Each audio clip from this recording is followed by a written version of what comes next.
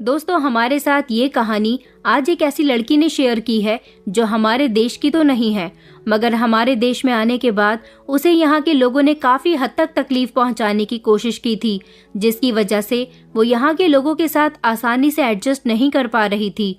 लेकिन जब वो कुछ दिन यहाँ पर रही, उसने लोगों के नेचर को समझा और हमारे यहाँ की परंपराओं को देखा, जाना और बढ़ता, तब जाकर उसे हमारे कल्चर को समझने की कला आई थी। जब कोई इंसान अपनी जगह बदल देता है तो उसे खुद को वहाँ के माहौल के हिसाब से ढालना होता है। शायद ये सभी लड़कियों के साथ होता है, क्योंकि लड़कियां तो अपना मायका छोड़कर ससुराल जाती हैं। वो लड़की हमें ये कहानी सुना रही थी और बेचारी की आंखों से लगातार आंसू निकल रहे थे। उसके साथ सच में बहुत गलत हुआ था, मगर वो बहुत हिम्मत वाली लड़की थी। उसने साहस दिखाया था और वो टूटी बिल्कुल भी नहीं थी, और इसी हिम्मत की वजह से आज वो अपने परिवार के साथ हमारी ही कंट्री में रहती है। लेकिन उसके साथ जो हुआ वो हम आपको बताना चाहते हैं। दोस्तों, कहानी शुरू करने से पहले वीडियो को लाइक करें और कमेंट करके बताएं कि आपको हमारी कहानी कैसी लगी। और अगर आप अपनी कहानी हमारे चैनल पर देखना चाहते हैं तो अपनी स्टोरी हमें मेल करें, और मेल आईडी हमने डिस्क्रिप्शन में दे दी है। मेरा नाम जूलिया है, मेरी उम्र 22 साल थी और मैं न्यूयॉर्क में रहती थी। दरअसल मैं यहीं पर पली बड़ी थी। मेरे पेरेंट्स के अलावा मेरी 2 बहनें थीं और 2 भाई थे। दोनों भाइयों की शादी हो चुकी थी और वो अपनी पत्नियों के साथ अपना परिवार अलग बसा चुके थे, जबकि मेरे मॉम डैड एक ही घर में रहते थे। मेरे डैड का बिजनेस काफी अच्छा था। मुझे अपनी कंट्री में किसी चीज की कोई कमी नहीं थी। मेरे पेरेंट्स ने भी मुझे इतना प्यार दिया था कि कभी मुझे किसी चीज की कमी ही नहीं हुई थी। मैं बहुत समझदार लड़की थी, अपने घर की सबसे बड़ी बेटी थी। हमारी कंट्री में लड़कियों के साथ रोक टोक नहीं की जाती, और आप तो विदेश का माहौल बहुत अच्छी तरह से जानते ही होंगे कि वहाँ पर लड़के और लड़कियों का बहुत खुला माहौल होता है। वो अपनी मर्जी के मुताबिक अपनी जिंदगी आसानी से गुजारते हैं। उनको किसी चीज की रोक टोक भी नहीं होती, यहाँ तक कि वो कपड़े भी अपनी मर्जी के मुताबिक पहनते हैं। फिलहाल मेरी पढ़ाई पूरी हो चुकी थी, इसीलिए अब मैंने अपने डैड का बिजनेस संभालना शुरू कर दिया था। मुझे शुरू से ही बिजनेस लाइन में बहुत इंटरेस्ट रहा था। कभी कभी बाहर से कुछ लोग हमसे मीटिंग करने के लिए आते थे, तो उन मीटिंग्स को भी मैं ही हैंडल किया करती थी। मेरे डैड ने भी सारा काम मुझे ही सौंप दिया था। मेरे बहुत सारे दोस्त भी थे जिनसे मेरी बहुत अच्छी दोस्ती थी। मेरे डैड यही चाहते थे कि मेरी शादी भी किसी बिजनेसमैन लड़के से हो, या फिर कोई ऐसा लड़का हो जो अमीर हो। जिस सिटी में हम लोग रहते थे वहाँ पर ज्यादातर अमीर लोग ही रहा करते थे। एक दिन मेरी मुलाकात अंशुमन से हुई। अंशुमन वही लड़का था जिसकी मेरी जिंदगी में आने से मेरी पूरी जिंदगी बदलकर रह गई थी। डैड ने मुझे बताया था कि 2 दिन के बाद इंडिया से कुछ लोग हमारे यहाँ मीटिंग करने के लिए आने वाले हैं। इंडिया में मुंबई शहर की एक मल्टीनेशनल कंपनी के मालिक के कुछ सेक्रेटरी और कुछ मैनेजर्स वगैरह आने वाले थे, जिनको वहाँ के मालिक ने सारा काम समझाकर भेज दिया था। और फिर उसके बाद वो हमसे मीटिंग करते थे। उस मीटिंग के दौरान जितनी भी बातें होती, वो सारी ही बातें मुझे अपने मैनेजर के साथ मिलकर उनके साथ करनी थी। मीटिंग की अपॉइंटमेंट की टाइमिंग मेरी सेक्रेटरी मुझे दे चुकी थी। 2 दिन बाद जब इंडिया के क्लाइंट हमारे यहाँ आए तो मीटिंग स्टार्ट कर दी गई थी। इस दौरान मैंने देखा था कि लगभग मेरी ही उम्र का एक लड़का उन लोगों के साथ आया था। वो उनकी कंपनी का मैनेजर था। मुझे खुशी हुई थी कि इतनी कम उम्र का मैनेजर जिसे बिजनेस में काफी दिलचस्पी थी। मैंने सुना था कि इंडिया में बहुत सारे टैलेंटेड लोग रहते हैं। अगले दिन उनको यहाँ से जाना था, मगर उनकी फ्लाइट मिस हो चुकी थी। फ्लाइट की मिस हो जाने की वजह से हमें उन लोगों का ख्याल रखना था, क्योंकि मीटिंग तो पूरी हो गई थी। अब एयरलाइंस में कुछ दिक्कत आ गई थी, जिसकी वजह से उनकी फ्लाइट मिस हो गई थी और उनकी फ्लाइट अब अगले दिन की थी। हमारी कंपनी ने उन लोगों की मेहमान नवाजी में किसी तरह की कोई कमी नहीं की थी, क्योंकि हमारी कंट्री के लोग भी दूसरी कंट्री के आए हुए मेहमानों की बहुत अच्छी तरह से खातिरदारी किया करते थे। फिलहाल वो लोग एक दिन और हमारे यहाँ ठहरे। जब उनके जाने का समय हुआ तो अंशुमन ने अपनी जो प्रेजेंटेशन हमें सौंपी थी वो बहुत अच्छी थी, जिस पर मेरे डैड ने उसे अप्रिशिएट किया था। फिलहाल वो लोग वहाँ से चले गए थे। जब पहली बार मैंने अंशुमन को देखा था तो वो मुझे अच्छा और समझदार लड़का लगा था। उसके बाद फिर कभी मैं उसे नहीं देख सकी, लेकिन जब लगभग 2 साल गुजरे तो मेरी मुलाकात उससे अपनी कंट्री में हुई। मैं उसे फौरन ही पहचान गई थी, क्योंकि उससे अचानक ही मेरी टक्कर हो गई थी। जब हम लोग मॉल में थे, टक्कर इतनी जोरदार हुई थी कि मैं गिरते गिरते बची थी, मगर मुझे अंशुमन ने थाम लिया था। मैं उसे देखते ही पहचान गई थी क्योंकि वो इंडियन था और वो भी मुझे पहचान गया था और हेलो कहने लगा। बस उसी दिन के बाद से हम दोनों के बीच बातों का सिलसिला शुरू हो गया था। दरअसल न्यूयॉर्क में उसका कोई दोस्त रहता था और वो इस दौरान अपने दोस्त के यहाँ आया हुआ था और उसने बताया था कि इंडिया की जिस कंपनी में वो काम करता था वहाँ से उसने नौकरी छोड़ दी है। अब शायद वो कोई और काम कर रहा है। मुझे इंडियन लोग बहुत पसंद हैं। मैं सोशल मीडिया पर भी हमेशा इंडियन लोगों को सर्च करती रहती थी और मेरी काफ़ी सारे इंडियन लोगों से दोस्ती भी थी, मगर अभी तक मैंने किसी को हकीकत में आजमाया नहीं था। अंशुमन से मेरी दोस्ती हुई तो वो काफ़ी समय मेरे साथ न्यूयॉर्क में गुजार कर गया था। वो नेचर वाइज बहुत अच्छा था। मेरी उससे जब दोस्ती हुई तो मैं उसके साथ ही वक्त गुजारा करती थी। मुझे इस बात से कोई मतलब नहीं था कि वो इंडिया में रहने वाला एक मिडिल क्लास इंसान था और मैं न्यूयॉर्क में रहने वाली एक बहुत बड़े बिजनेसमैन की बेटी थी। फिलहाल मुझे उसकी बातें बहुत अच्छी लगती थी। उसकी और मेरी काफ़ी हद तक गहरी दोस्ती भी हो गई थी।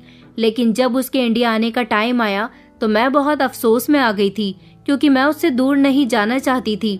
मुझे उसका साथ अब अच्छा लगने लगा था। हम दोनों फ़ोन पर भी बातें करते थे। वो तो इंडिया आ गया था मगर मैं बहुत उदास रहने लगी थी और फिर एक दिन मैंने उसे प्रपोज भी कर दिया था। वो हमेशा मुझे मैम कहकर ही बुलाता था, लेकिन मैंने उसे टोक दिया था कि तुम्हें मुझे मैम कहने की कोई ज़रूरत नहीं है। मेरा नाम जूलिया है और तुम मुझे जूलिया ही कहकर बुलाया करो। इसलिए हम दोनों के बीच अब झिझक टूट गई थी। मुझे हिंदी बोलना भी आता था क्योंकि मैंने ऑनलाइन हिंदी सीख ली थी। कुछ समय इसी तरह से गुजर गया था। मैं हमेशा अंशुमन के प्यार में गुम रहती थी।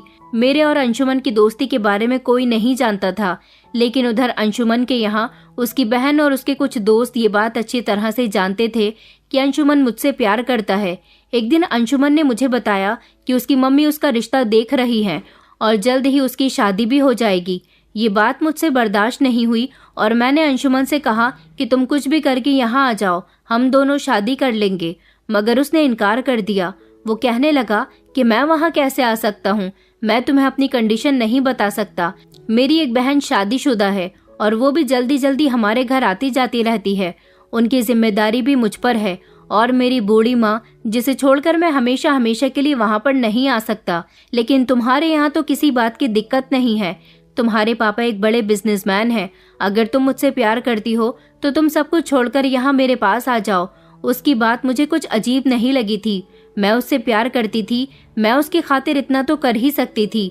मैं जानती थी कि मेरे डैड कभी भी मेरी और अंशुमन की शादी के लिए तैयार नहीं होंगे क्योंकि उन्हें इंडियन लोग ज्यादा पसंद नहीं थे। वो कभी भी अपनी बेटी की शादी इतनी दूर नहीं कर सकते थे, जबकि उनकी बेटी इंटेलिजेंट थी और उनके बिजनेस को संभाल रही थी। हालांकि अंशुमन की कोई औकात नहीं थी। वो इंडियन था और एक मिडिल क्लास फैमिली में रहने वाला इंसान था जो मामूली सी सैलरी कमाया करता था। उसकी कंपनी वालों ने उसे कंपनी के काम के सिलसिले में यहाँ विदेश भेज दिया था और फिर उसके बाद वो अपने किसी दोस्त से यहाँ मिलने के लिए आया था, मगर अब वो यहाँ नहीं आ सकता था। अंशुमन ने मुझसे कहा था कि अगर तुम्हें मुझसे शादी करनी है तो अपना सब कुछ छोड़ छाड़ कर यहाँ पर आना होगा, वरना तुम मुझे भूल जाओ क्योंकि तुम्हारे डैड कभी भी हम दोनों की शादी के लिए नहीं मानेंगे। लेकिन मैं ऐसा नहीं कर सकती थी। मैं अंशुमन को नहीं भूल सकती थी। मैंने इस बारे में अपने डैड से बात की थी कि वो अंशुमन से मेरी शादी करवा दें क्योंकि एक बार ट्राई करने में कोई हर्ज नहीं था। मेरी सोच के मुताबिक मेरा ख्याल बिल्कुल ठीक निकला था कि डैड ने साफ इनकार कर दिया था क्योंकि वो मेरा रिश्ता अपने दोस्त के बेटे के साथ कर चुके थे। वो था जॉर्ज, हमारी सिटी के मशहूर बिजनेसमैन का बेटा। वो मुझे बिल्कुल भी पसंद नहीं था। मेरा दिल तो कहीं और लगा हुआ था, तो फिर मैं वहाँ शादी कैसे कर सकती थी। लेकिन डैड तो बस जिद पर आ गए थे कि मेरी शादी होगी तो जॉर्ज के साथ होगी, वरना मैं अपना अंशुमन से शादी करने का ख्याल दिल से निकाल दूं। मेरे पास कोई दूसरा ऑप्शन नहीं था, इसलिए मैंने वो रास्ता अपनाया जिसको मुझे नहीं अपनाना चाहिए था। मैंने अंशुमन से कॉल करके बोल दिया था कि मैं अगले हफ्ते तुम्हारे पास आ जाऊंगी, तुम मेरा इंतजार करना। तुम्हारी शादी अगर किसी से होगी तो वो मैं हूँ। मैंने अपने घर से भागने का पूरा प्लान बना लिया था। मैंने फ्लाइट के टिकट भी बुक करवा दिए थे, लेकिन एंड मोमेंट पर मेरे डैड को इस बारे में पता चल गया और उन्होंने एयरपोर्ट से ही मुझे घर बुला लिया था। मैं बहुत शर्मिंदा हुई थी सब लोगों के सामने। ये तो अच्छा हुआ कि मैंने लास्ट मोमेंट पर बात बदल दी थी कि मैं इंडिया अपनी किसी दोस्त से मिलने के लिए जा रही हूँ, ये बात सुनकर मेरे डैड को हैरानी भी हुई थी कि मैं कभी इंडिया नहीं गई तो फिर अब अपनी दोस्त से मिलने क्यों जा रही हूँ। डैड समझ गए थे कि मैं उनकी आंखों में धूल झोंकना चाहती थी, मगर अब मुझे बड़े ही शातिर तरीके से एक काम करना था। मैंने अंशुमन से कहा था कि तुम्हें कुछ समय का इंतजार करना होगा। जब तक यहाँ मेरे डैड का मूड मेरी तरफ से ठीक नहीं हो जाता तब तक मैं कुछ नहीं कर सकती, क्योंकि मेरे डैड बहुत अमीर इंसान थे। वो कुछ भी कर सकते थे जिससे शायद मुझे तो कोई नुकसान नहीं पहुंचता, मगर मुझे सिर्फ और सिर्फ अंशुमन की फिक्र थी। मेरे डैड उसे नुकसान पहुंचा सकते थे। फिलहाल अंशुमन ने कहा था कि मैं कुछ दिनों तक तो अपनी मम्मी को रोक सकता हूँ, मगर उसके बाद तुम्हें यहाँ आना ही होगा। फिर कुछ दिन गुजरे तो डैड की तबीयत बहुत ज़्यादा खराब हो गई थी। उनका ट्रीटमेंट चल रहा था, मगर वो इस दौरान ना तो ज़्यादा अपने बिस्तर से उठ पा रहे थे और ना ही अपने काम पर ज़्यादा ध्यान दे पा रहे थे। इस बात को काफ़ी दिन हो चुके थे, इसलिए अंशुमन बार बार मुझसे कह रहा था कि तुम यहाँ पर कब आ रही हो, मगर मैंने उससे कह दिया था कि मेरे डैड की तबीयत ठीक नहीं है, मैं उन्हें इस हालत में छोड़कर वहाँ पर नहीं आ सकती। काफ़ी दिन इसी तरह से गुजर गए थे, मगर मेरे डैड की तबीयत ठीक नहीं हो पा रही थी। एक दिन मुझे अंशुमन ने कॉल करके बताया कि वो खुद ही फ्लाइट से वहाँ आ रहा है। मैं तो उसकी बात सुनकर चौंक गई थी, बल्कि बहुत खुश हुई थी। उसने कहा था कि वो जिस कंपनी में जॉब करता है उस कंपनी के मैनेजर के साथ वो फिर से किसी मीटिंग की डील करने के लिए यहाँ आ रहा है। अब की बार जब वो यहाँ आया तो उसने मेरे साथ शादी कर ली थी और उसने मुझे अपने साथ चलने के लिए कहा था, मगर मैं मजबूर थी। मेरे डैड की तबीयत बहुत खराब थी, मैं नहीं जा सकती थी। उसने मुझे कहा कि अगर तुम अब की बार भी नहीं गई तो शायद तुम्हारा यहाँ से जाना बहुत मुश्किल हो जाएगा। प्लीज़ मेरे साथ चलो। अगर तुम मुझसे प्यार करती हो तो तुम्हें मेरे साथ चलना ही होगा, वरना तुम्हारे डैड तुम्हारी शादी जॉर्ज के साथ करवा देंगे। ये बात तो अंशुमन बिल्कुल ठीक कह रहा था, क्योंकि डैड ने अपनी ऐसी हालत में अपनी आखिरी इच्छा जाहिर की थी। उनका कहना था कि मैं मरने से पहले अपनी बेटी की शादी जॉर्ज के साथ होते हुए देखना चाहता हूँ। ये बात सुनकर तो मैं भी बहुत डर गई थी। फिलहाल मैंने अंशुमन के साथ यहाँ से भागने का फैसला कर लिया था और फिर इस तरह मैं अंशुमन के साथ फ्लाइट से यहाँ आ गई थी। डैड की तबीयत ठीक नहीं थी, इसलिए घर वालों में से किसी का ध्यान मुझ पर नहीं गया था, मगर जब 2 दिन तक मैं घर पर नहीं पहुंची तो फिर सब लोगों ने मुझे ढूंढना शुरू कर दिया। इससे पहले वो लोग कोई गलत एक्शन उठाते, मैंने इंडिया पहुंचते ही अपनी मॉम को फ़ोन करके बता दिया था कि अब मैं कभी वहां वापस नहीं आऊंगी। मैं शादी कर चुकी हूँ। मेरे इस फैसले से उन लोगों को बहुत बुरा लगा था, मगर अब जो होना था वो हो चुका था। ये बात जब शायद मेरे डैड को पता चली तो वो ये सदमा बर्दाश्त न कर सके थे, बल्कि और बीमार हो गए थे। लेकिन मुझे अंशुमन से प्यार हो गया था और उसके प्यार की पट्टी मेरी आंखों पर बंध गई थी। मुझे उसके अलावा कुछ और नज़र नहीं आता था। मैं अंशुमन का साथ पाकर बहुत खुश थी। अब मैंने शादी कर ली थी। ये जानने के बाद मेरे घर वालों ने कोई गलत एक्शन मेरे खिलाफ नहीं उठाया था। अंशुमन मुझे शादी करने के बाद अपने घर ले आया था। जैसे ही उसकी माँ ने घर का दरवाज़ा खोला तो वो बड़ी गौर गौर से मुझे देखने लगी थी। उस समय घर में उसकी बहन भी मौजूद थी। उसे देखकर उसकी माँ ने उससे सवाल किया कि ये लड़की कौन है, क्योंकि मैं देखने से ही विदेशी लगती थी। मेरे बाल गोल्डन थे, मेरा रंग दूध की तरह सफ़ेद था और आंखें भी भूरी भूरी थीं। उसकी मम्मी को लगा कि मैं उसकी कोई दोस्त हूँ, मगर जब मैंने और अंशुमन ने मिलकर उनके पैर छुए और अंशुमन ने उन्हें बताया कि हम दोनों शादी कर चुके हैं, उसने अपनी माँ से कहा कि इसका नाम जूलिया है और ये न्यूयॉर्क से आई है। ये सुनकर तो जैसे उनके होश ही उड़ गए थे। उन्हें अपने कानों पर विश्वास ही नहीं हो रहा था। मैंने देखा था कि अंशुमन उनसे नजरें झुकाकर बातें कर रहा था। अंशुमन की बहन तो इस बात पर मुस्कुरा रही थी। उसको मैं बहुत पसंद आई थी। उसने मुझे घर के अंदर बैठने के लिए कहा था, मगर उसकी माँ इस बात पर विश्वास नहीं कर पा रही थी। उसकी बहन मुझे कमरे के अंदर ले गई थी और मुझसे मेरे बारे में पूछने लगी थी कि किस तरह से हम दोनों ने शादी की। मगर अंशुमन की माँ उसे बहुत बातें सुना रही थी कि तुझे शादी करने के लिए यही विदेशी लड़की मिली थी, हमारी हिंदुस्तानी लड़कियां क्या खत्म हो गई थी? तू तो काम के सिलसिले में न्यूयॉर्क गया था। अब समझ आया कि तू वहां काम करने नहीं गया था, बल्कि इस लड़की को लेने के लिए गया हुआ था। अंशुमन खामोशी से अपनी माँ की सारी बातें सुन रहा था। वो घर का इकलौता बेटा था। उसकी बहन जो उसके घर में रह रही थी वो प्रेग्नेंट थी। शायद वो अपनी ससुराल से अपनी प्रेगनेंसी के दिन गुजारने के लिए अपने मायके आ गई थी। उसने मेरा बहुत अच्छे से स्वागत किया था। वो मुझे देखकर बहुत खुश हुई थी, क्योंकि वो मेरे बारे में पहले से ही सब कुछ जानती थी। मगर मेरी सास को इस बारे में कुछ नहीं पता था। मेरी और अंशुमन की शादी ने उनको एक जोरदार झटका दिया था, जिससे वो बहुत नाराज हुई थी। कई दिनों तक वो हमसे नाराज रही थी। उन्होंने मुझसे भी कोई बात नहीं की थी, जबकि मैं उनसे हिंदी में बात करने की कोशिश कर रही थी। उन्हें मेरा पहनना ओढ़ना बिल्कुल भी पसंद नहीं आया था। मैं अपनी कंट्री के हिसाब से छोटे छोटे कपड़े पहनती थी। जब उन्होंने मुझे ऐसी हालत में घर के अंदर दाखिल होता हुआ देखा था, तो उन्होंने मेरे कैरेक्टर तक पर सवाल उठाए थे और अंशुमन को ना जाने कैसी कैसी बातें मेरे बारे में कही थी। उनका मानना था कि विदेशी लड़कियां बिगड़ी हुई होती हैं, उनका ना जाने कितने मर्दों के साथ अफेयर होता है। वो हर मर्द को अपने खूबसूरती के जाल में फंसा लेती हैं, पढ़ी लिखी होती हैं, मॉडर्न ख्याल की होती हैं। हमारे साथ इस लड़की का गुजारा कभी नहीं हो सकेगा। मैं सब कुछ खामोशी से सुनती रही थी। मैंने उनको खुश करने की हर तरह से कोशिश की थी। वो मुझसे जैसा कहती थी मैं वैसा ही किया करती थी। मुझे यहाँ आए हुए लगभग 3 दिन गुजर चुके थे और मैं अपनी सास को खुश करने की कोशिश कर रही थी, मगर वो खुशी नहीं हो रही थी। और फिर फाइनली उन्होंने ये बात तो मान ली थी कि उनका बेटा यहाँ शादी करके मुझे ला चुका है और अब मेरा यहाँ से वापसी का कोई रास्ता नहीं है, क्योंकि ना तो मेरा इंडिया में कोई था और ना ही मेरा अब न्यूयॉर्क जाना इतना आसान था। मैंने अपनी सास को कहते हुए सुना था कि ये लड़की जब इतनी अमीर है तो अपने साथ थोड़े बहुत पैसे नहीं ला सकती थी, खाली हाथ मुंह उठाकर तुझसे शादी करके यहाँ आ गई है। अब जो भी है जैसी भी है, मुझे तो इसे बहू स्वीकार करना ही पड़ेगा। मेरी सास ने अपनी परंपराओं और रीति रिवाज के मुताबिक अंशुमन के साथ मेरी दोबारा से शादी करवा दी थी। मैं बहुत खुश हुई थी कि उन्होंने मुझे बहू एक्सेप्ट तो किया। इधर मेरी नंद का 7वां महीना चल रहा था। हमारी शादी में उनका पति भी आया था। उनका नाम कार्तिक था। जब मैं पहली बार अपने नंदोई से मिली थी तो अपनी कंट्री के हिसाब से मिली थी। मैंने उनके पैर नहीं छुए थे, बल्कि उनसे हाथ मिलाया और उनके गले लग गई थी, क्योंकि हमारे यहाँ लोग ऐसे ही मिलते थे। ये सब कुछ मेरी सास को बहुत बुरा लगा था, जबकि मेरी नंद भी मुझे घूर कर देख रही थी। मैं उन सब का ऐसा रिएक्शन देखकर कंफ्यूज हो गई थी। जब अंशुमन ने मुझे बताया कि जीजा जी के पैर छुओ, तो मैंने उनके पैर छुए और उनसे आशीर्वाद लिया। मेरी सास को इस बात पर बहुत गुस्सा आया। वो कहने लगी कि तुम्हारी पत्नी तो हमेशा दूसरों से लिपटने के लिए तैयार रहती है, इसे इतनी भी शर्म नहीं है कि वो उसका नंदोई है।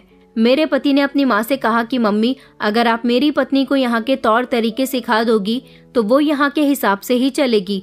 अभी वो यहाँ के तौर तरीकों के बारे में कुछ नहीं जानती। मैंने उनसे कहा था, जी अंशुमन बिल्कुल ठीक कह रहे हैं, मैं यहाँ के बारे में कुछ भी नहीं जानती। अगर मुझसे कहीं पर कोई गलती हो जाए तो आप मुझे समझा दीजिए। मैं घर के सारे कामकाज किया करती थी, अपनी सास को कुछ करने ही नहीं देती थी। मगर मैं जैसे कपड़े पहनती थी, मेरी सास को उनसे बहुत दिक्कत होती थी। मेरी सास ने अंशुमन से शिकायत कर दी थी कि मैं अपने इस तरह के कपड़े पहनना बंद कर दूं।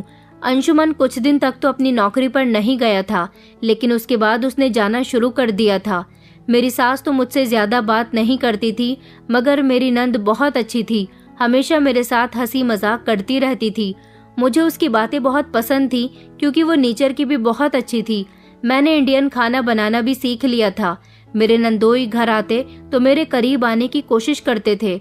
उनकी नीयत गलत थी, मगर मैं उनकी नीयत को नहीं समझ सकी थी। मुझे यही लगता था कि वो मुझसे मेरे ही तरीके से बात करते हैं, लेकिन वो तो धीरे धीरे मेरे करीब आने की कोशिश करते थे। इस बात का अंदाजा मुझे तब हुआ जब एक दिन मेरे नंदोई और मेरे पति मिलकर छत पर बैठे शराब पी रहे थे। जब मैं वहां पहुंच गई तो मुझे देखते ही मेरे नंदोई कहने लगे कि आइए भाभी जी, यहाँ बैठ जाइए। मेरे पति ने उनको बताया कि मेरी पत्नी भी ड्रिंक करती है, क्योंकि हमारे यहाँ ड्रिंक करना नॉर्मल सी बात थी। उन लोगों को ड्रिंक करते देखकर मेरा भी मन करने लगा था और मैं इंडियन ड्रिंक टेस्ट करना चाहती थी। जब मैंने थोड़ी सी ड्रिंक कर ली तो दोबारा से मेरे पति ड्रिंक बनाने लगे थे। तभी सोडा खत्म हो गया तो मैंने उनसे कहा कि मैं लेकर आती हूँ। अंशुमन ने मुझे रोक लिया और वो कहने लगे कि नहीं नहीं, तुम मत जाना, किचन में मम्मी मौजूद होंगी और अगर उन्होंने तुम्हारे मुंह से आई हुई शराब की स्मेल से पता लगा लिया कि तुमने ड्रिंक की है तो वो बहुत हंगामा करेंगी। ये बात मुझे ठीक लगी थी, इसीलिए मेरे पति खुद सोडे की बोतल लेने के लिए चले गए थे, जबकि मैं अपने नंदोई के साथ ही छत पर मौजूद थी। मेरे पति के जाने के बाद वो मेरे बराबर में आकर बैठ गए थे और मेरा हाथ पकड़ने लगे। बातों ही बातों में उन्होंने मुझे गले भी लगा लिया। न जाने क्यों उनका ये सब करना मुझे बड़ा चीप लग रहा था, क्योंकि वो इंसानियत के नाते ये सब कुछ नहीं कर रहे थे, वो मुझे गलत गलत जगह से टच कर रहे थे। मैं उनसे बचने की कोशिश कर रही थी। वो तो अच्छा था कि जल्द ही अंशुमन सोडे की बोतल लेकर आ गया था। मेरे पति के छत पर आते ही वो झट से मुझसे अलग होकर वापस अपनी जगह पर जाकर बैठ गए और कहने लगे कि मैं भाभी से उनके न्यूयॉर्क के रहन सहन के बारे में पूछ रहा था, जबकि उन्होंने फौरन ही मेरे पति से झूठ बोल दिया था। वो तो उसके जाने के बाद लगातार ही मेरी खूबसूरती की बातें कर रहे थे। जब से मैं यहाँ आई थी तब से मेरा नंदोई लगातार मेरी ससुराल में ही रह रहा था। मेरी नंद तो प्रेग्नेंट थी, इसलिए वो ज्यादातर अपने कमरे में रहती थी। मेरी सास उससे आराम करवाती थी और मैं घर के सारे काम करती थी। मेरे आ जाने से मेरी सास को बहुत फायदा हुआ था। वो मुझे नौकरानी की तरह इधर से उधर काम देती रहती थी। मैंने उनकी मर्जी के मुताबिक कपड़े पहनना शुरू कर दिए थे, मगर मुझसे साड़ी नहीं पहनी जाती थी। वो मुझसे संभलती ही नहीं थी। मैंने अपनी सास से कहा था कि मुझे कोई ऐसे कपड़े दीजिए जिसे मैं आराम से कैरी कर सकूं। साड़ी मुझसे संभलती ही नहीं थी और उसका पल्लू बार बार मुझसे गिरता रहता था, तो सास मुझे उल्टी सीधी बातें सुनाया करती थी। इसलिए मैंने उनसे ऐसा कहा था। फिर मेरी सास ने मुझे सूट पहनने के लिए दिया, जिसको मैं ठीक से पहन तो लेती थी, मगर इन कपड़ों में मुझे घुटन होती थी। मैं ज्यादातर छोटे कपड़े ही पहना करती थी, लेकिन यहाँ आने के बाद तो मुझे अपने आप को पूरी तरह से ढककर रखना पड़ता था। मेरी सास कहती थी कि हमारे यहाँ मोहल्ले के लोग आते जाते रहते हैं, इसलिए अपने सर पर पल्लू ढककर रहा करो। इस पल्लू से तो मेरा दम घुटता था। एक बार तो मेरा पति मुझे अपने साथ शॉपिंग पर लेकर जा रहा था। जब मेरी सास ने कहा कि सर पर पल्लू नहीं किया, मैंने झट से सर पर पल्लू रख लिया था। मेरी सास कहने लगी कि वहाँ तुम्हें अपना चेहरा खोलने की भी कोई ज़रूरत नहीं है। अगर किसी ने तुम्हें अंशुमन के साथ देख लिया तो लोग समझ जाएंगे कि तुम इंडिया की नहीं हो। इस तरह लोग तुम पर नज़र रखने लगेंगे। फिर हर जगह से तुम्हारी शिकायतें आनी शुरू हो जाएंगी और हम लोग नई मुसीबत का शिकार होने लगेंगे। मैंने अपनी सास से कहा था कि मम्मी जी, जैसा आप कहेंगी वैसा ही होगा। पूरे रास्ते मैंने अपना घूंघट चेहरे से नहीं हटाया था। इस घूंघट की वजह से मैं बाजार में कुछ भी नहीं देख सकी थी, जबकि अंशुमन मुझसे बार बार कह रहा था कि तुम अपना चेहरा खोल दो, यहाँ पर तो मम्मी नहीं है। मगर मैंने उनसे साफ इनकार कर दिया कि अगर धोखे से भी मम्मी जी को ये बात पता चल गई तो वो मुझे बहुत सारी बातें सुनाएंगी और फिर से वो मुझसे नाराज हो जाएंगी। वैसे भी अभी तक मेरी तरफ से उनकी नाराजगी खत्म नहीं हुई, जो कि मुझे बिल्कुल भी पसंद नहीं था। अंशुमन ने मुझे काफी सारी शॉपिंग कराई थी। मुझे तो इस घूंघट की वजह से कुछ दिखाई ही नहीं दे रहा था। गर्मी बहुत ज्यादा थी। मुझे इन कपड़ों में और सर पर पल्लू रखने की वजह से बेहद गर्मी लग रही थी, इसलिए मैं वहां पर बेहोश हो गई। अंशुमन ना जाने कैसे कैसे मुझे डॉक्टर के यहाँ लेकर गया था। डॉक्टर ने बताया कि गर्मी की वजह से मुझे चक्कर आ गया था, मेरा बीपी लो हो गया था। फिर जब मैं घर आई तो अंशुमन ने सब लोगों को ये बात बताई कि बाजार में मेरी तबीयत बिगड़ गई थी। मेरी सास कहने लगी कि तुम्हारी पत्नी को पैदल चलने की आदत नहीं होगी ना, ये तो अमीर बाप की बेटी है, इसे गाड़ियों में घूमने का शौक होगा। अंशुमन ने मम्मी को खामोश रहने के लिए कहा था और उनसे कहा था कि आपको ऐसा नहीं कहना चाहिए। पहले ही मेरी पत्नी की तबीयत ठीक नहीं है।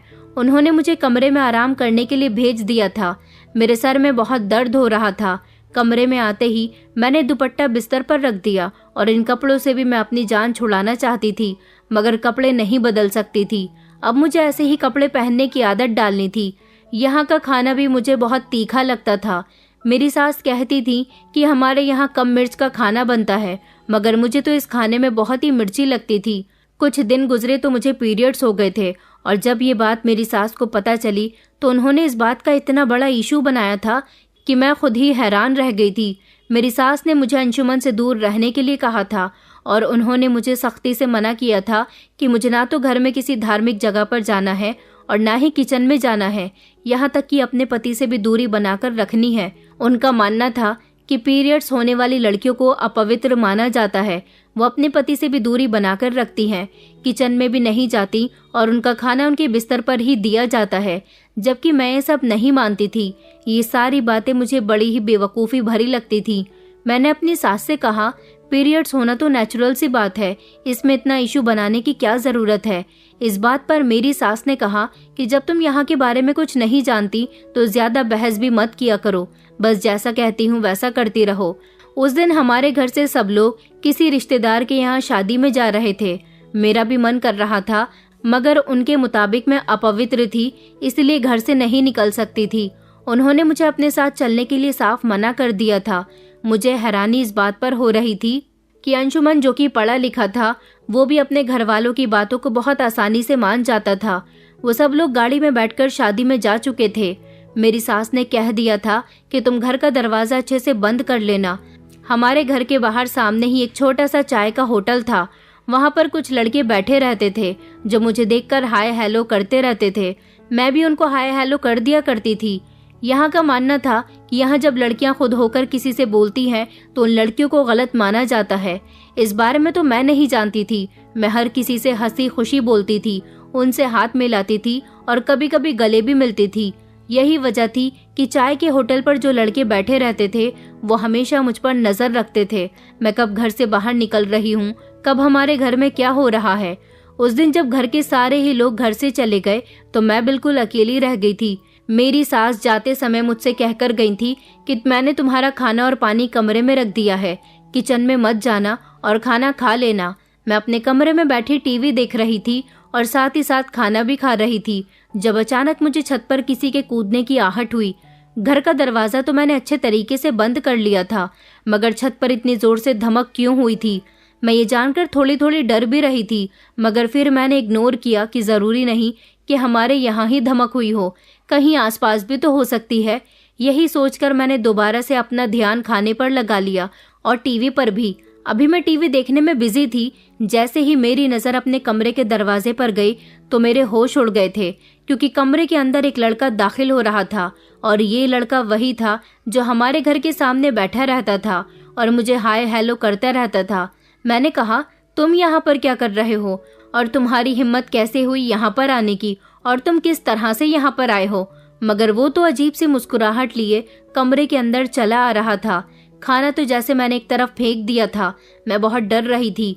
वो धीरे धीरे मेरे करीब आया और मेरे साथ जबरदस्ती करने की कोशिश करने लगा। मैं चीख रही थी, चिल्ला रही थी, उससे खुद को छुड़ाने की कोशिश कर रही थी, मगर वो तो मेरे ऊपर लपका ही जा रहा था। वो इतना ताकतवर था कि मैं उसकी ताकत को बर्दाश्त नहीं कर पा रही थी। मैं जोर जोर से चिल्ला रही थी कि कोई मेरी मदद के लिए आ जाए। वो मुझसे कह रहा था कि आज घर में कोई नहीं था, इसीलिए मौका देखकर मैं तुमसे मिलने के लिए आ गया। तुम बहुत खूबसूरत हो। अंशुमन के तो मजे आ गए जो वो एक फॉरेनर लड़की को यहाँ पर ले आया।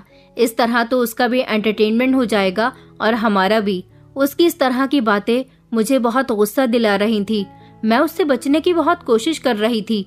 मुझे समझ नहीं आ रहा था कि मैं क्या करूं। मैंने उसे जोर से धक्का दिया और मैं कमरे के बाहर भागने की कोशिश करने लगी। मैंने देखा कि कमरे के बाहर ही एक लाठी रखी हुई थी। मैंने वो लाठी अपने हाथ में उठाई और जैसे ही वो लड़का दोबारा से मेरे करीब आया, मैंने उसके सर पर जोर से वो लाठी मार दी। उसके सर से खून बहने लगा था। इतनी ही देर में घर का दरवाजा झट से खुल गया और घर के अंदर सब लोग दाखिल हुए थे। मेरे पति ने जब ये सब देखा तो वो मुझसे पूछने लगे कि क्या हुआ। मैंने लाठी को जमीन पर फेंक दिया और मैं अपने पति के गले लगकर रोने लगी। फिर मैंने उनको सब कुछ बता दिया। मेरे पति को बहुत गुस्सा आया और उन्होंने उसे धक्के मारकर घर से निकाल दिया, जबकि मेरी सास इस बात पर मुझे ही बातें सुनाने लगी थी। उन्होंने अंशुमन से कहा था कि मैंने तुमसे मना किया था ना कि इस लड़की को अपने साथ मत रखो। देख लिया इसका अंजाम। ये लड़की इसी तरह से मर्दों को रिझाएगी और अब तो हमारे यहाँ यही लगा रहेगा। मोहल्ले के लड़के और आदमी इसके आगे पीछे घूमते रहेंगे। मेरी सास मुझसे कहने लगी कि तुम्हें उसके ऊपर जानलेवा हमला करने की क्या जरूरत थी। मैंने कहा, मम्मी जी, मैंने अपनी इज्जत बचाने के लिए ये सब किया। अगर मैं ऐसा नहीं करती तो वो मेरी इज्जत खराब कर सकता था। मेरी सास कहने लगी, तो फिर तुम्हें शोर मचाकर मदद के लिए लोगों को बुलाना चाहिए था ना। मेरे पति ने अपनी माँ को खामोश करवाया और वो मुझे लेकर कमरे में चले गए थे, क्योंकि अब मैं कुछ भी बोलने की हालत में नहीं थी। मैं अपने पति के गले लगकर रोने लगी। मैंने उनसे कहा कि यहाँ पर यही सब होता है। मैं नहीं जानती थी कि यहाँ औरत के साथ गलत होने पर उसे ही इल्जाम दिया जाता है। जो चाहे औरत की इज्जत पर हाथ डालने की कोशिश करता है। मुझे यहाँ का माहौल बिल्कुल पसंद नहीं आया था। मुझे तो ऐसा लगता है कि यहाँ पर औरत खुलकर अपनी मर्जी से सांस भी नहीं ले सकती। ना तो मैं अपनी मर्जी से यहाँ घर से बाहर निकल सकती हूँ और ना ही किसी से बात कर सकती हूँ। यहाँ तक कि मैं घर में भी सुरक्षित नहीं हूँ। मेरी बात सुनकर अंशुमन ने मुझे गले लगा लिया था, क्योंकि वो ये बात बहुत अच्छी तरह से जानता था कि मेरे माहौल में और यहाँ के माहौल में ज़मीन आसमान का फ़र्क था। ये बात तो जैसे तैसे ख़त्म हो गई थी, मगर मेरे नंदोई अभी भी मेरे करीब आने की कोशिश करते थे। मैं किचन में खाना बना रही होती तो वो मौका देखकर किचन में आ जाते थे और मुझे पीछे से पकड़ लेते थे। मैं उछल जाती थी और उनसे कहती थी कि आप ये क्या करते हो? तो वो कहते थे कि अरे भाभी, मैंने सुना है कि आपके यहाँ मुलाकात करने का यही अंदाज होता है। मैंने सोचा भाभी जी, आप मेरे इस अंदाज से बहुत खुश हो जाओगी, वरना मेरा गलत मतलब नहीं था। मुझे लगा शायद वो सच कह रहे हैं, इसीलिए मैंने उनकी बात पर यकीन कर लिया था। मैं जहाँ होती वो मेरे पीछे पीछे आते थे। मैंने कई बार उन्हें दीदी से झगड़ते हुए भी देखा था, मगर जब मैं उन लोगों के कमरे में जाती थी तो वो दोनों शांत हो जाते थे। मोहल्ले के जिस लड़के के सर पर मैंने लाठी मारी थी, उसके बारे में मोहल्ले में गलत गलत बातें होने लगी थी और सबका यही मानना था कि मैंने उस पर जानलेवा हमला किया है और मैं ही उसे रिझा रही थी। मगर कोई ये नहीं समझ रहा था कि वो खुद छत से कूदकर हमारे घर में आया था और मेरी इज्जत खराब करने की कोशिश कर रहा था। मैंने अपना बचाव करके कुछ गलत तो नहीं किया था। मेरी सास इस बात पर बार बार यही कहती थी कि तुम मर्दों को रिझा रही हो। आज तक हमारे यहाँ कभी ऐसा नहीं हुआ कि कोई गैर मर्द हमारे घर के अंदर आया हो। मेरी भी तो जवान बेटी है, खूबसूरत है, कभी उसे तो किसी ने तंग करने की कोशिश नहीं की, और तुम्हारे आते ही लोग छत से कूदकर हमारे घर के अंदर दाखिल होने लगे।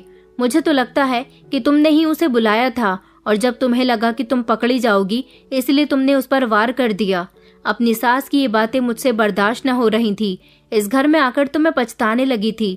मुझे अपनी जिंदगी बुरी लगने लगी थी कि मैंने ऐसा क्यों किया। मुझे रो रो कर अपने मम्मी पापा की याद आती थी। हाँ, इस पर मुझे इतनी तसल्ली थी कि मेरा पति तो मेरे साथ था, जिसने मेरा साथ नहीं छोड़ा था। वो कभी मुझे बुरा नहीं कहता था। कई दिन और इसी तरह से गुजर गए थे। मैं अपनी नंद का बहुत ख्याल रखती थी। उसका डिलीवरी का समय आने वाला था। वो भी मुझसे बहुत खुश रहती थी। अंशुमन भी मुझसे बहुत प्यार करता था। वो हमेशा मेरी खुशी की खातिर सब कुछ करने के लिए तैयार रहता था, मगर मेरी सास उसे हर काम के लिए रोक दिया करती थी। मेरी सास जितना हो सकता उसे मना करती थी कि वो मेरा कहना ज्यादा न माना करे। इसलिए अंशुमन अपनी मम्मी के सामने मुझसे दूर दूर रहता था। एक तरफ वो मेरा पति तो दूसरी तरफ अपनी माँ का बेटा भी था, इसलिए उस बेचारे को हम दोनों की बात माननी पड़ती थी। हम दोनों के बीच वो दबकर रह गया था। सबसे ज्यादा तो वो अपनी मम्मी से परेशान था। एक कपल घर में जिस तरह से रहते हैं, मेरी सास हमें उस तरह से भी रहने नहीं देती थी। यहाँ तक कि मेरे पीरियड्स के दिनों में वो मुझसे कहती थी कि मैं जमीन पर अपना बिस्तर करके सोया करूं और अंशुमन के बिल्कुल करीब न जाया करूं। एक दिन मुझे अपने घर वालों की बहुत याद आ रही थी, इसलिए मैंने अपनी बहन लीजा को फोन किया। मेरी हिम्मत तो नहीं हो रही थी, मगर मुझे रह रहकर इस बात का एहसास हो गया था कि अपने पेरेंट्स की बात ना मानने की वजह से मेरे साथ गलत होता है। मैंने लीजा को कॉल की तो वो मुझसे बहुत नाराज थी, मगर थोड़ी देर बात करने के बाद उसने मुझे माफ कर दिया था। उसने बताया कि तुम्हारे जाने के 1 महीने के बाद डैड की मौत हो गई, जबकि मॉम डैड का बिजनेस संभाल रही है। अपने डैड की मौत पर मुझे बहुत अफसोस हुआ था। मैंने कहा था कि काश मैं डैड से आखिरी समय में मिल सकती। लीजा कहने लगी कि तुमने जो हरकत की थी उसके बाद तो डैड तुम्हारी शक्ल भी नहीं देखना चाहते थे। उन्होंने कहा था कि अगर किसी ने मेरे मरने पर भी उसे बुलाया तो अच्छा नहीं होगा। वो तुमसे बहुत नाराज थे। लीजा का फोन कटने के बाद मैं बहुत दुखी थी कि क्या मेरे डैड मुझसे इतनी नफरत करने लगे थे। मैंने इतना भी गलत नहीं किया था। उस दिन मैं बहुत रोई थी। अभी मैं अपने कमरे में बैठी हुई ही थी, तभी अचानक मेरी नंद के जोर जोर से चीखने की आवाज आने लगी। मैं दौड़कर अपनी नंद के कमरे में गई तो देखा कि मेरी नंद दर्द से तड़प रही थी। उसे लिवर पेन हो रहा था। हम सब उसे अस्पताल लेकर भागे। उसे एडमिट कर लिया गया था। डॉक्टर ने अंशुमन को दवाई का पर्चा दिया और उसे दवाइयाँ लाने के लिए कहा था, जबकि मेरी सास कहने लगी कि अब यहाँ अस्पताल में मुझे 3-4 दिन रुकना पड़ जाएगा। मगर मैं सामान वाला बैग तो जल्दबाजी की वजह से घर पर ही भूल आई हूँ। मैंने अपनी सास से कहा कि मम्मी जी, घर से सामान वाला बैग मैं आपको लाकर देती हूँ, आपको चिंता करने की जरूरत नहीं है। मेरी सास ने कहा कि अच्छा ठीक है, चली जाओ, मगर जल्दी आना, रात का समय हो रहा है। तभी मेरे नंदोई बोल पड़े थे। और उन्होंने कहा कि माँ जी, भाभी जी रात के समय अकेली कैसे जाएंगी, ठीक नहीं रहेगा। इस समय वैसे भी शहर का माहौल बहुत खराब चल रहा है, मैं आपको अपनी गाड़ी पर लेकर चलता हूँ। मेरी सास ने कहा कि सामान मेरे बेडरूम में रखा हुआ है, वहाँ से ले लेना। उन्होंने मुझे कार्तिक जीजाजी के साथ गाड़ी पर घर से सामान लेने के लिए भेज दिया था। जब मैं घर आई तो मैं अपनी सास के कमरे में चली गई थी। मैं अभी बैग ढूंढ ही रही थी जब अचानक नंदोई मेरी सास के कमरे में आए और उन्होंने दरवाजा अंदर से बंद कर लिया। मैंने झटके से पीछे की तरफ देखा तो मैं ये देखकर चौंक गई थी। मैंने कहा, आप ये क्या कर रहे हो, आपने दरवाजा क्यों बंद किया? तो वो हंसने लगे और कहने लगे कि कुछ नहीं भाभी जी, बस आपसे अकेले में मिलने का मन कर रहा था। कब से आपसे अकेले में मिलने का मौका ढूंढ रहा हूँ, ऐसा कोई मौका मिलता ही नहीं था। आज बहुत अच्छा मौका मिला है और मैं इस मौके को अपने हाथ से नहीं जाने दूंगा। उनकी बातें सुनकर तो मैं शॉक्ड रह गई थी। पहले तो मुझे उनकी इस बात का मतलब समझ नहीं आया था, लेकिन जब वो मेरे करीब आए और उन्होंने मुझे धक्का देकर बेड पर लिटा दिया तो मैंने जोर जोर से चिल्लाना शुरू कर दिया था। मैं बहुत डर गई थी। मेरी कुछ समझ में नहीं आ रहा था कि मैं क्या करूं। मैं उन्हें पीछे धकेलने की बहुत कोशिश कर रही थी, मगर वो थे कि मेरे साथ जबरदस्ती किए जा रहे थे। उन्होंने मुझे बेड पर बड़ी मजबूती से लिटाया हुआ था। मैं अपने हाथ पैर मारने की भी कोशिश कर रही थी। मुझे उनसे ऐसी उम्मीद नहीं थी। अब मुझे समझ आया था कि उनका मेरे इतने क्लोज आने का ये मतलब था।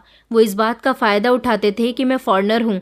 मगर अब मैं यहाँ आ गई थी तो धीरे धीरे यहाँ पर रहने वाले लोगों को समझ गई थी। मैंने देखा कि मेरे बेड के बराबर में ही साइड टेबल पर शीशे का फ्लावर पॉट रखा हुआ था। मैंने अपना हाथ लंबा करके वो फ्लावर पॉट उठाया और अपने नंदोई के सर पर जोर से दे मारा था, जिससे मेरे नंदोई के सर से खून बहने लगा था और वो घायल हो गए थे। मैं जल्दी से उनके पास से उठी। अपनी इज्जत बचाने का मेरे पास सिर्फ एक यही रास्ता था, मगर उनको तड़पता हुआ देखकर मेरे पैरों तले से जमीन निकल गई थी, क्योंकि वो बेहोश हो गए थे। उनके सर से बेहद खून बह रहा था। मेरी समझ नहीं आ रहा था कि मैं क्या करूं, क्योंकि मुझसे बहुत बड़ी गलती हो गई थी। मुझे उनके साथ ऐसा नहीं करना चाहिए था। वो मेरी नंद के पति थे, उधर उनकी पत्नी बच्चे को जन्म देने वाली थी। मैं तो अपना सर पकड़कर बैठ गई थी और मैंने रोना शुरू कर दिया था। मेरी सास ने मुझे उस लड़के पर हमला करने वाली बात पर ही इतनी बातें सुनाई थी, तो अपने दामाद पर न जाने वो क्या करती। मैं जानती थी कि सबका इल्जाम भी मुझे ही दिया जाएगा। सब लोग मुझे गलत समझेंगे। ये इंडियन लोग हैं, बहुत ही जज्बाती हैं।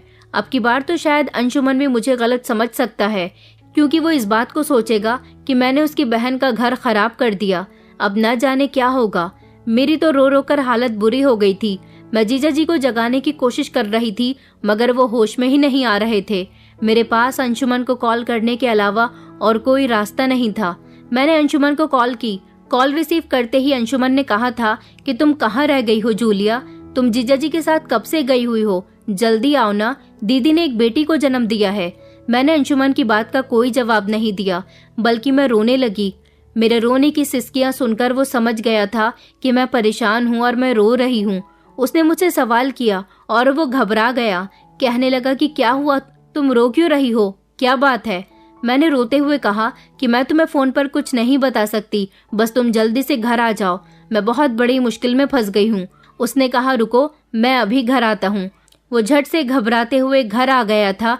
जब उसने जीजा जी की ऐसी हालत देखी तो उसने मुझसे पूछा कि क्या हुआ है इनको। मैं उसके गले से लिपट गई और मैंने कहा कि मुझे यहाँ पर नहीं रहना, मुझे यहाँ से जाना है। मुझसे गलती हो गई जो मैं तुम्हारी जिंदगी में आई। मुझ जैसी लड़की को ना जाने यहाँ के लोगों ने क्या समझ लिया।